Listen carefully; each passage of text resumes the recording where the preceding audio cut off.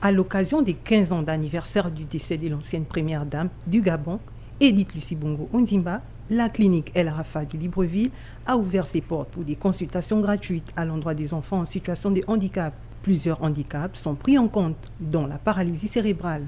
La paralysie cérébrale est un ensemble d'affections, de manifestations qui se caractérisent par un retard des acquisitions. Essentiellement les acquisitions motrices, c'est-à-dire que l'enfant va s'asseoir, marcher en retard par rapport à ce qui est décrit, mais également des acquisitions intellectuelles.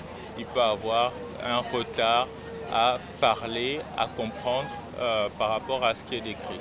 Ces affections vont entraîner une difficulté d'oxygénation du cerveau et si le cerveau n'est pas oxygéné sur certaines zones, entre guillemets, ces zones vont devenir inertes.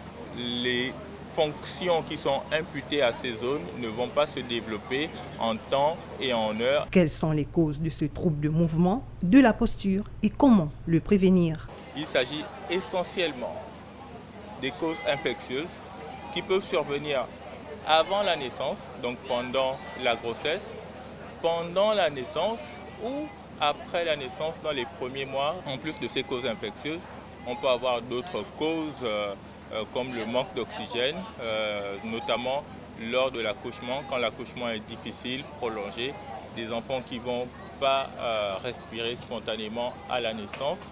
Ou après la naissance, on a des causes qui sont connues sous le terme d'ictère. Ce sont des enfants qui vont devenir jaunes juste après la naissance, des infections néonatales aussi, mais également des convulsions dans les premiers jours de vie.